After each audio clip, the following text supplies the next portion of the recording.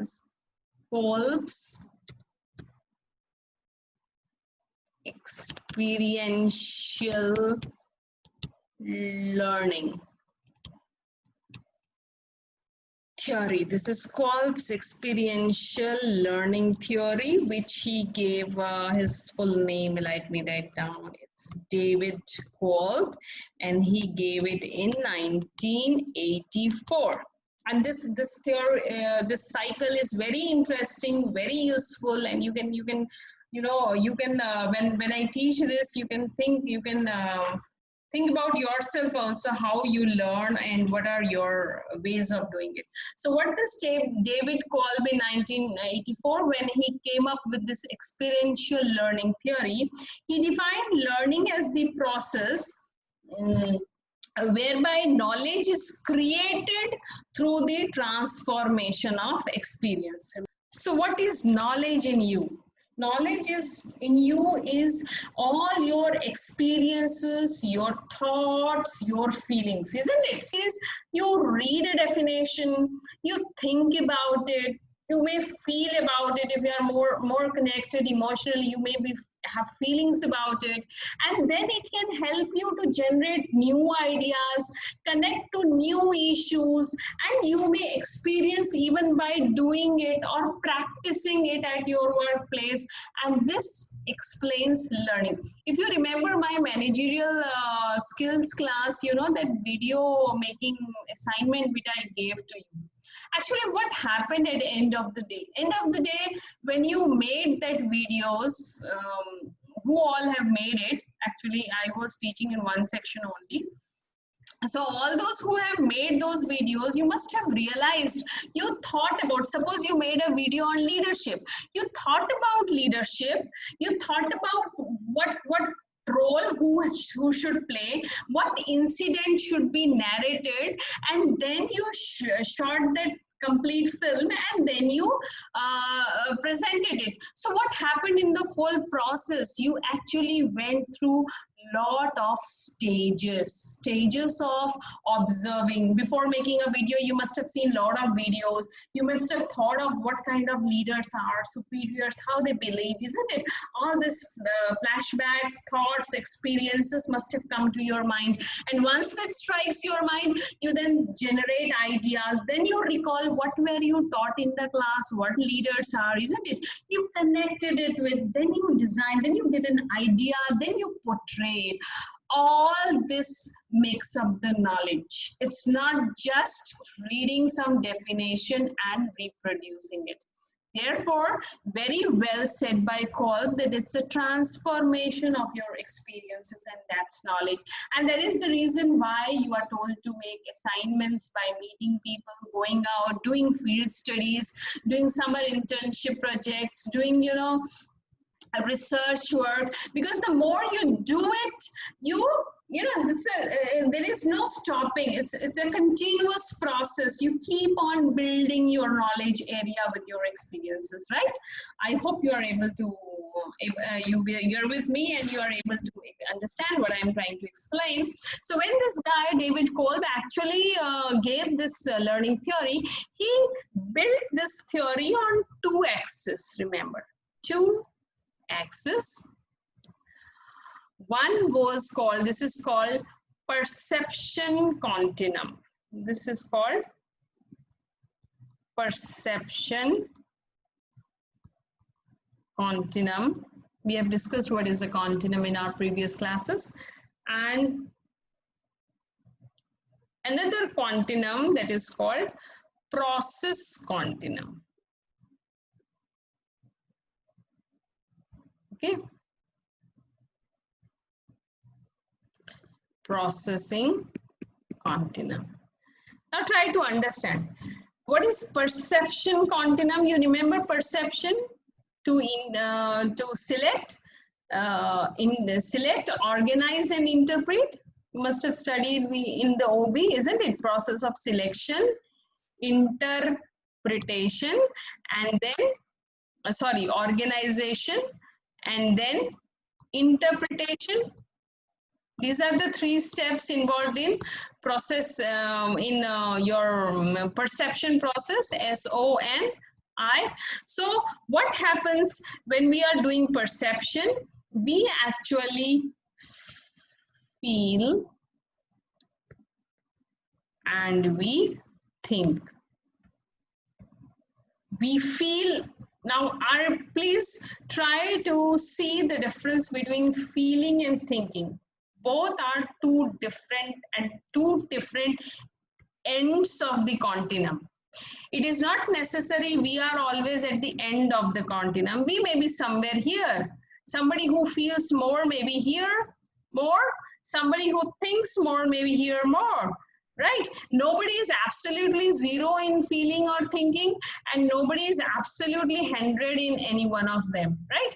So we fall somewhere in this continuum where we have how do we perceive things? We perceive by feeling, and some people perceive by thinking. You can see in your friends and your groups that some people, you know, if you see a situation, some people will react differently, and some people will think and maybe react after 2 days because they are thinking. Well, the person who will immediately react will actually be very high on feeling because the person immediately reacts to the situation, right?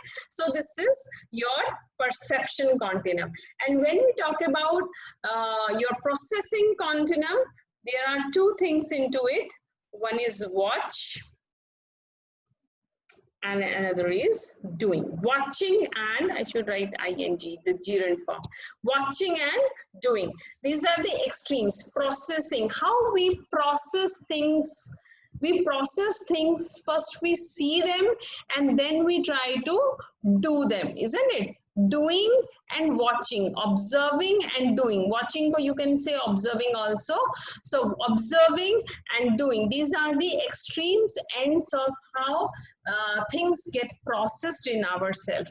So David Kolb actually made an intersection of these two continuums to describe his learning cycle. He connected the cycle like this. He said that the cycle moves in a connection. You know, never stop at one type of point of time. And you know, you can think about yourself, you do it. Once we feel, we may watch again, and then our feelings change, or then we may think about it and then do something. But remember, this varies from person to person. The degrees of all these four coordinates vary among people to people. You know, for different people, something may be high and something may be low, right? So now let me move to a greater detail of this. If you look at this, the first one, this he named as diverging, or let me change the color. Yeah, which he called reflectors. These guy he called reflectors who fall in this coordinate. Reflectors are also known as diverging.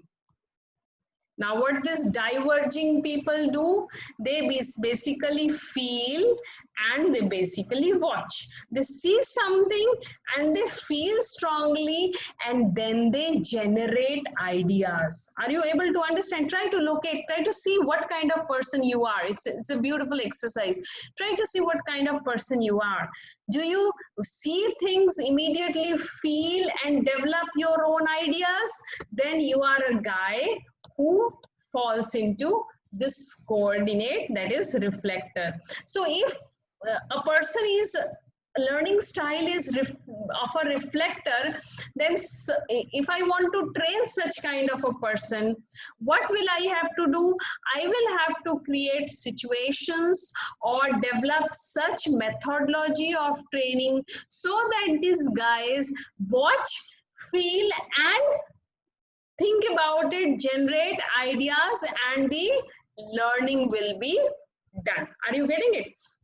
In this context, I would like to say, when we use films, many times during training session, who again you see role playing. Why in training development role playing can be is a very good very good technique to make a person feel, because when you play the role you actually empathize with the role, you empathize with the character, right? So therefore listening and watching initiates or helps in feeling, and such kind of people are referred to as reflectors.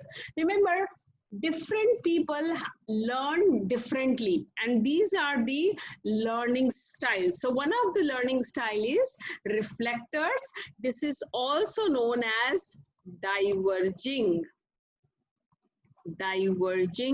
in which all your, you know, whatever you see, whatever you watch diverges towards building up emotions within you. And once you have emotions, you have feelings toward it, you reflect it in form of your feelings and behavior, right? And that is the objective. So what is the main learning from this? That whenever you are designing training and development program, if you want to develop emotions, if you want, you're doing something like working on emotional intelligence, working on something like empathy, working on something like some training topic like based on leadership, you know, in such kind of topics, you should focus on those techniques of training which actually increases this behavior, which will actually relate to your emotions. And then as a trainer you will be successful in leading to the objectives or outcomes of training. So I hope you are clear with this. Next, let us look this one. This one is theorists. They are known as theorists. These are the guys who actually, you know, contribute in theory building. Remember, we study so many theories, you know, theory building. These are the guys actually who contribute significantly in building of theories. This is also known as assimilation. Assimilate what? Now what happens here, these people actually, you know, oh, this is an arrow here, then this is an arrow here. These guys actually listen, watch and think. This is a little bit different from feeling, like think.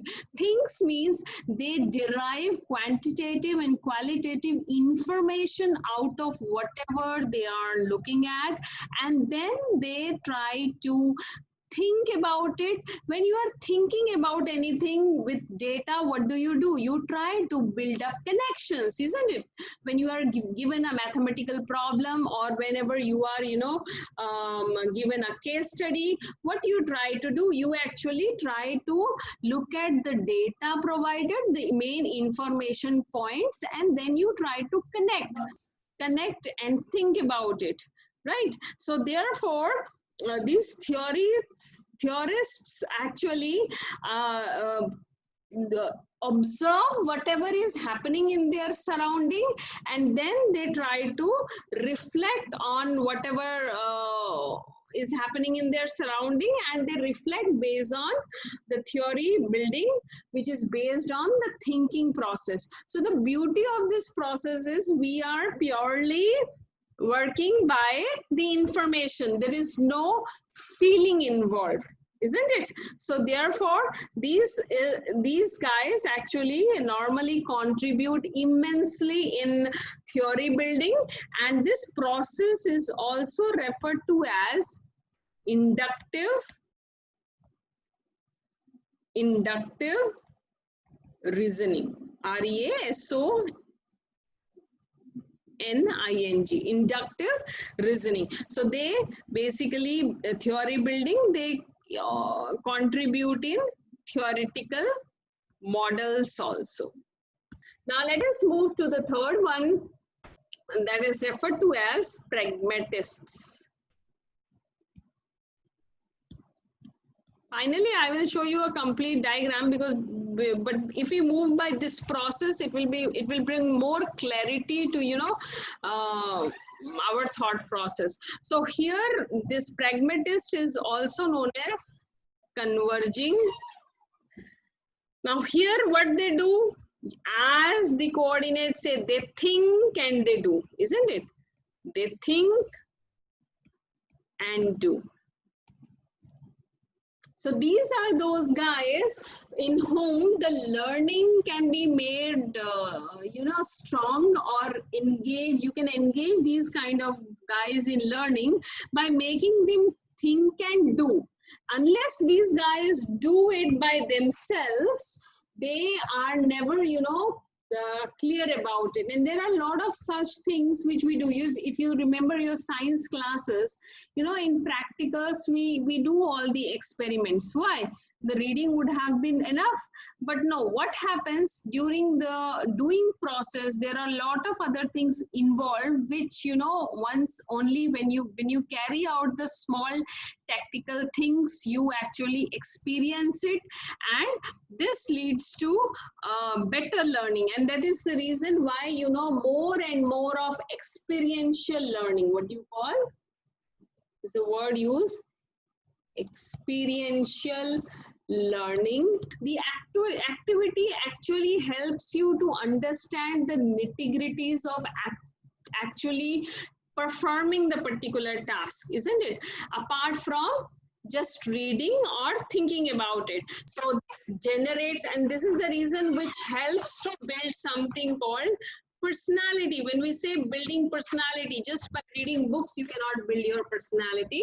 For that you need to experience by carrying out the particular objectives. And believe me, the whole focus of experiential learning exercises in education as well as in training program is vital to make a person bring more clarity and get involved in the learning process. So our major learning here is, whenever we design a training program, keep some activity in training program, keep some field study in the training program.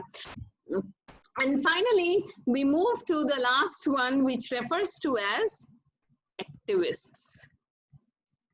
Activists are who feel and do. You see, who do and feel and do, right? So these are referred to as activists, and these are also known as accommodating.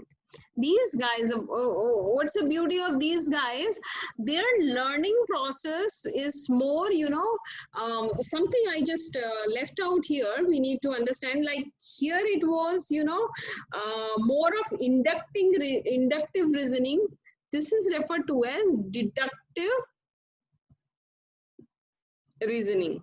We think, we deduce from our thoughts, and then we put it into action. Okay, doing is action, so we put it into action. So this is also known as deductive reasoning. So these kind of people are more practical oriented in nature, whereas if you look at this activist kind of people, they are more like feel and do kind of people. Feel and do means they have some feelings, they feel empathy for whatever is happening in the environment. So what does Kolb says, that this is a continuous process. We all go through these process, and when an individual is going through a learning process, we need to try to focus all these 4 points. So this depending, so you say you are suppose a class of 15 students, so each one of you may have something higher. Somebody may be more of a reflector, someone of you may be more of a theorist, somebody will be more of a pragmatist, and some will be more of an activist. So if the way the learning is given to you addresses the kind or matches, there is a fit between your learning type and the kind of learning environment you are getting, if that fits well, then definitely the learning will be more successful, right? So now I would like to just share the diagram that we saw yesterday. Actually, I wanted to do it through pen and the board, because when we again, see, this is a thought process. When we gradually develop a thought process, it is more easy to understand and interpret. Now you can see this clear diagram. This is nothing but what we drew and what we understood right now, which you will get in all the books of Kolb's cycle. This is known as Kolb's cycle, and this is very useful in your training preparation. In this, these four things are what we just now discussed, so I'm not repeating it again. And now I would like you to just, these four things we discussed,